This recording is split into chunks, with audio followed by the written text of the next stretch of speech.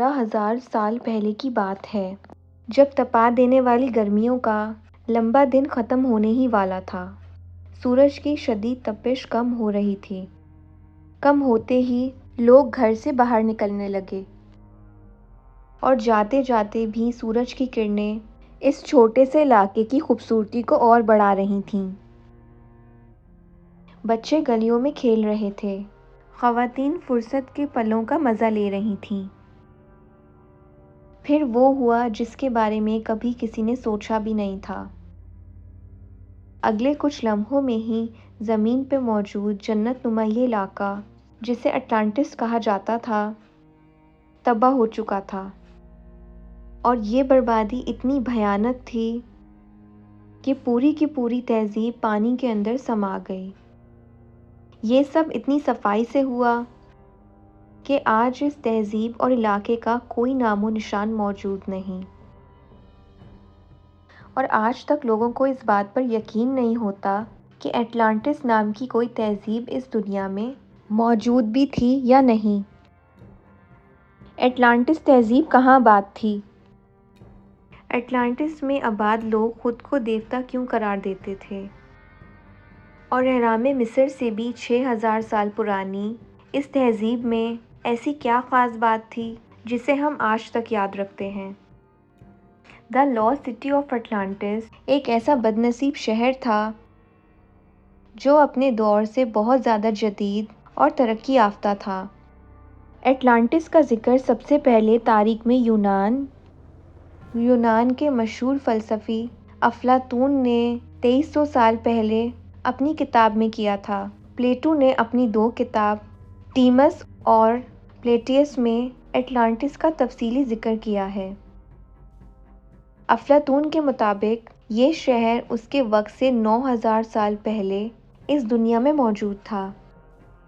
یہ شہر Atlantic ocean میں کہیں واقع تھا، جو کسی قدرتی آفت یا خدائی عذاب کی وجہ سے سمندر میں غرق ہو گیا۔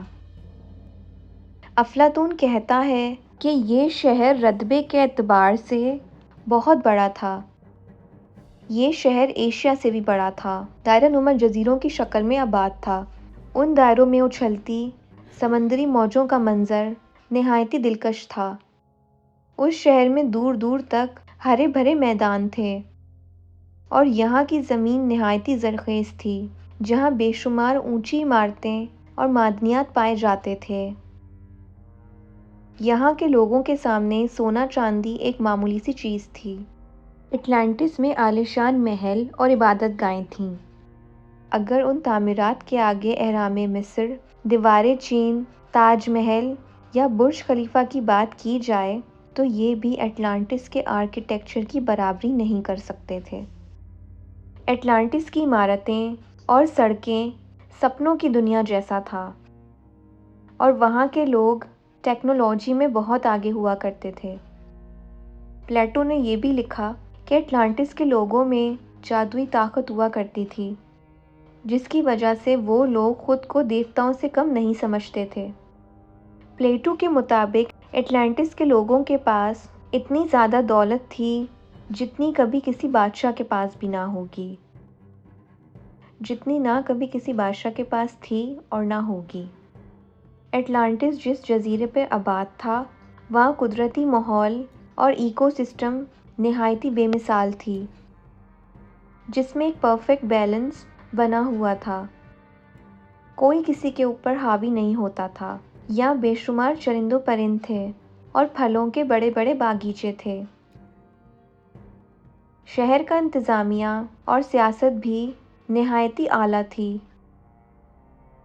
اٹلانٹس کی جدید ترقی کے متعلق ماہرین نے لکھا ہے کہ اس قوم نے وزنی چٹانوں کے ذریعے اونچی عمارتوں کو بنانے کے علاوہ شیشے سے توانائی حاصل کرنے کا طریقہ بھی ایجاد کیا تھا، کیونکہ ان کے تجارتی بحری جہاز ساری دنیا میں جاتے تھے۔ کہا جاتا ہے کہ اٹلانٹس کے لوگوں کو کائنات کے بارے میں ہم سے زیادہ علم تھا۔ ان کے پاس کھیتی باڑی کے بھی نت نئے طریقے اور ٹیکنیک تھے، جس سے وہ لوگ بڑے پیمانے پر اناج اگایا کرتے تھے۔ پلیٹو نے اٹلانٹس میں دیوتا کے بنے ایک عظیم مورتی کا بھی ذکر کیا ہے جو خالص سونے کا بنا ہوا تھا اور جسے سمندر کے دیوتا کے طور پر پوجا جاتا تھا۔ یہ بھی کہا جاتا ہے کہ وہاں کے لوگوں کے پاس ایسی مخصوص ٹیکنالوجی تھی جس کی مدد سے وہ ہوائی سفر بھی کیا کرتے تھے۔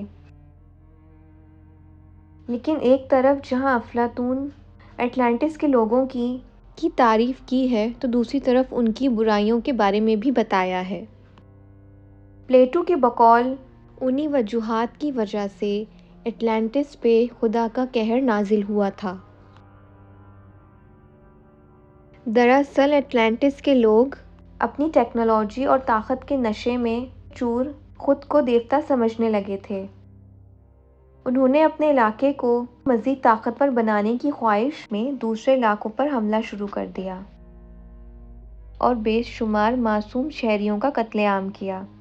وہ سوائے ایتھنز کے تمام یورپ اور مغرب ممالک پر قبضہ کر چکے تھے،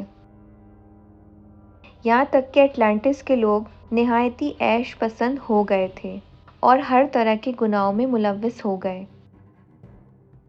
اس کا نتیجہ یہ ہوا کہ جنت کہے جانے والے اس اٹلانٹس کو خدا کے عذاب کا سامنا کرنا پڑا۔ پلیٹو کے مطابق یب-بیک اٹلانٹس میں طوفان، زلزلے، سیلاب اور آتش فشاں پھٹ پڑا۔ اس عظیم تباہی کا یہ نتیجہ ہوا کہ سطح سمندر پہ بسا یہ شہر پانی میں ڈوبنے لگا۔ آتش فشاں سے نکلنے والی کالی راکھ نے پورے جزیرے پہ اندھیرا کر دیا۔ ہر طرف سے زوردار دھماکے ہونے لگے۔ یہ اندازہ لگایا جاتا ہے کہ اس وقت اٹلانٹس پر 500 سے 1000 ایٹم بم پھٹنے جیسے حالات پیدا ہو گئے تھے۔ یہ دنیا میں آنے والی شدید ترین تباہیوں میں سے ایک تباہی تھی۔ اٹلانٹس کے لوگ ادھر ادھر بھاگ رہے تھے۔ کئی لوگ سمندر میں کود گئے۔ کئی لوگ آگ اگلتے پتھروں کی باری سے جل کر ہلاک ہو گئے۔ زمین پھٹنے لگی اور کئی جاندار اس میں سمانے لگے۔ دیکھتے دیکھتے سارا شہر سمندر میں ڈوب گیا اور اٹلانٹس کا یہ علاقہ صفحہ ہستی سے ایسا مٹا گویا وہاں کبھی کچھ موجود ہی نہیں تھا۔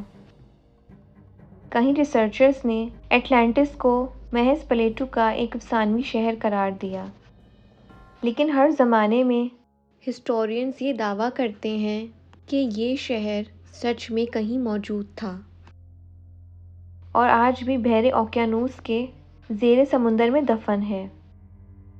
ایسا مانا جاتا ہے کہ آج بحر اوقیانوس کے کچھ جزیرے اٹلانٹس کے ہی ڈوبے ہوئے کچھ زمینوں کے حصے ہیں جو آج بھی اسی حالت میں رہ گئے ہیں۔ اٹلانٹس کو سمندر میں تلاش کرنے کے لیے ایکسپرٹس نے جاپان کے یوناگونی آئی لینڈ کے قریب ایک ریسرچ کی۔ سمندر کی گہرائیوں میں ڈائیو کرنے پر دیکھا گیا یہاں پہاڑ نما سیڑھی کے اسٹرکچرز موجود تھے۔ اس اسٹرکچر کی ہائٹ ایک ایوریج بلڈنگ کے برابر تھی۔ ایڈوانس ٹیکنالوجی کے ذریعے سمندر کے اس حصے کی مکمل ریسرچ کی گئی تو انسانی آنکھیں حیران رہ گئیں جب اس جگہ کی 3D ماڈل کو ہزاروں سالوں بعد دنیا کے سامنے لایا گیا، جہاں شاندار محل، شہر، عالیشان عمارتیں موجود تھیں،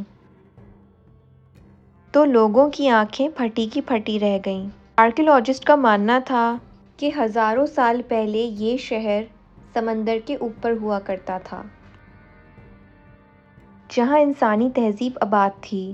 روحانیت اور اسلام میں اگر ہم اٹلانٹس کے بارے میں جاننے کی کوشش کریں تو مختلف نظریات پائے جاتے ہیں۔ کچھ ماہرین کا کہنا ہے کہ اٹلانٹس میں بسنے والے لوگ دراصل انسان نہیں بلکہ دوسری دنیا کی مخلوق تھے جو 10,000 سال پہلے اس دنیا میں آئے اور یہاں آ کر عظیم الشان تہذیب کی بنیاد رکھی اور پوری دنیا کو لکھنے، پڑھنے اور جدید ٹیکنیک کے علم سے نوازا تھا۔ یہ بھی خیال کیا جاتا ہے کہ اٹلانٹس میں بسنے والے لوگ انسان نہیں بلکہ جن تھے، کیونکہ اس طرح اڑنے کی صلاحیت اور غیر معمولی قوت انسانوں کو کبھی نہیں ملی۔ روایت کے مطابق جناتوں کی یہ تنظیم آدم علیہ السلام سے بھی پہلے کی ہے، جو کہ ہزاروں سال پہلے آباد تھی، جو اپنی سرکشی کی وجہ سے تباہ ہو گئی۔ جبکہ ایک نظریہ یہ بھی ہے کہ اٹلانٹس حضرت نوح علیہ السلام کے زمانے میں آنے والے طوفان میں غرق ہو گئی، کیونکہ اس طرح کی عظیم تباہی کا ذکر انسانی تاریخ میں صرف طوفان نوح کے دور میں ہی ملتا ہے۔